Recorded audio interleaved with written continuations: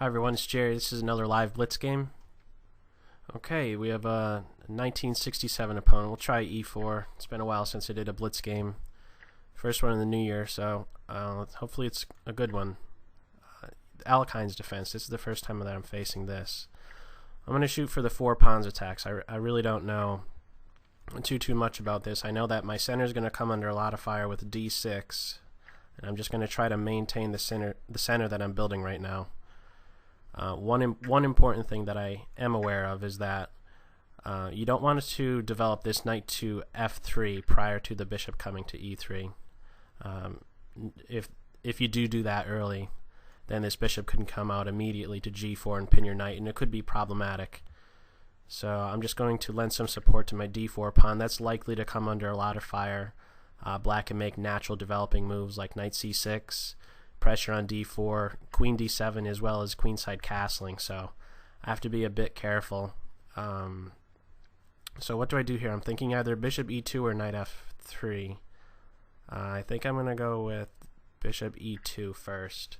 I've played some positions in this variation. I've seen F6 eventually, putting more pressure on my center point. In this case now E5, so we've already seen D6. F6 may play a role as well. Bishop to E7. I don't know if this is... I haven't really seen this. I've seen queen D7 is followed by queenside castling right away, so I'm not too familiar with just immediately bishop E7, but I still think this F6 advance is a good thing to get in. What's this? Change of color scheme? I didn't expect that. Alright, I'm in check here, so I have a computer issue. I'm just going to block that check. I don't think that was that great of a move. Okay, so I mean, what's the drawback with G3? Okay, H3 is now weakened, but is it worth the time that was wasted as a result of just throwing in this check and then retreating? I'm not so sure. I don't think that this is too much of a problem for me. I do have this rook already on a half-open file. I think I'm ready to maybe start pushing black around maybe as a result of that little spite check. So I'm thinking D5 at this point. What would black's response be if I did D5? I might maybe have some pressure against the C4, maybe knight here, but I could play B3. I'm going to try this, maybe make black pay for that little waste of time. So maybe I'm in trouble all of a sudden, actually, because what is going on with this? Change the color scheme. So now my clock is ticking and I have to deal with this color scheme thing. Alright, let's see. Change the color scheme. Don't show this message again. There we go. Okay. Alright, so the knight's getting ready to come to C2, forking these guys. And there's pressure against this pawn. So, what do I do? How do I meet that threat? How about knight D4? Actually, these two, this is one point to make. Well, I'm down on time too.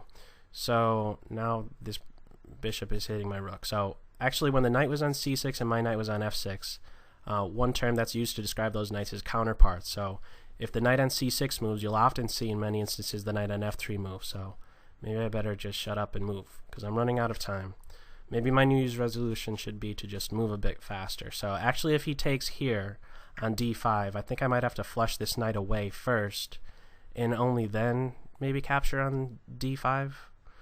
Let's give that a shot. Do I want to do that? Yeah, let's chase this guy away. I think I just end up losing a pawn, actually. So let's see.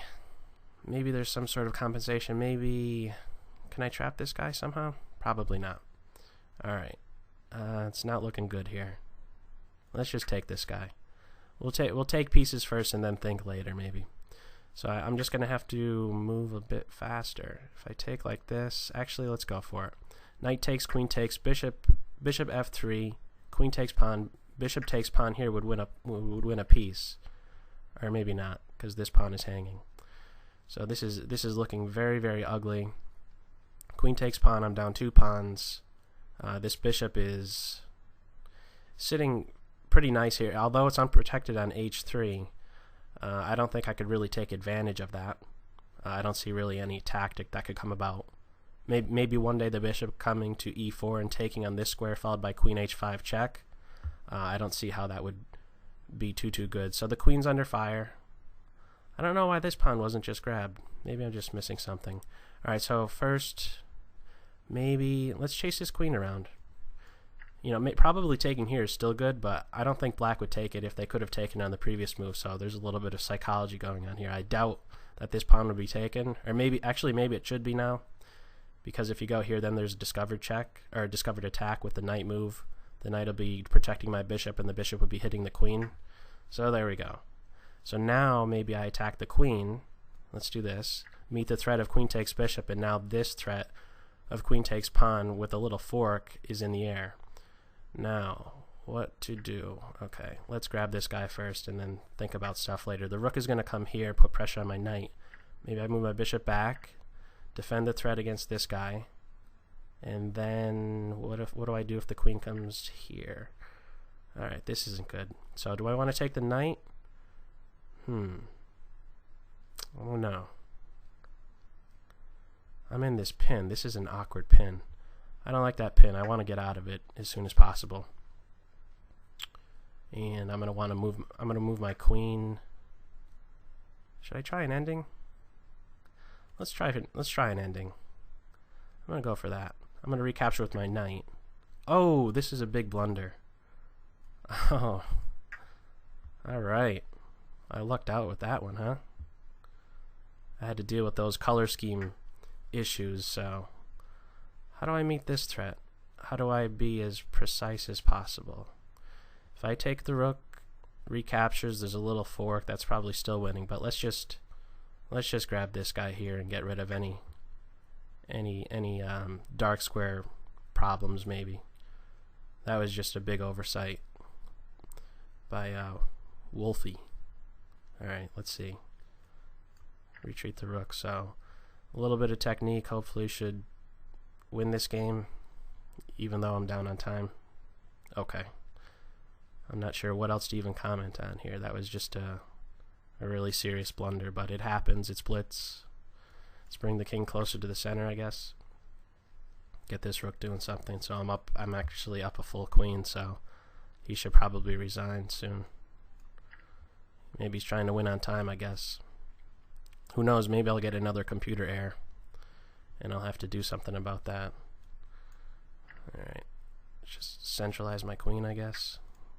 Not too don't be afraid in your own games if you have a material advantage, don't be afraid to give some of it back to release any pressure on your own position. So hopefully this guy will resign soon. I'll just take him actually and then just run this pawn down. That should be good enough. So passed pawns must be pushed back to the fundamentals, basic stuff. But that's easy to say when you're up material, huh? Rook b1, place your rook behind the passed pawn. So actually, just even if I didn't have a rook in this position, this would probably be close to winning. Scoot my king out of the way. And then push the b pawn away. Okay, no more checks. Attack, run the a pawn down. The a pawn could guard b7. And eventually Wolfie should be resigning. There we go. Okay, so that was pretty scary game. Had some computer issues. Hopefully I could resolve those sorts of things, but that's all for this video. Hope you got something out of it. Take care.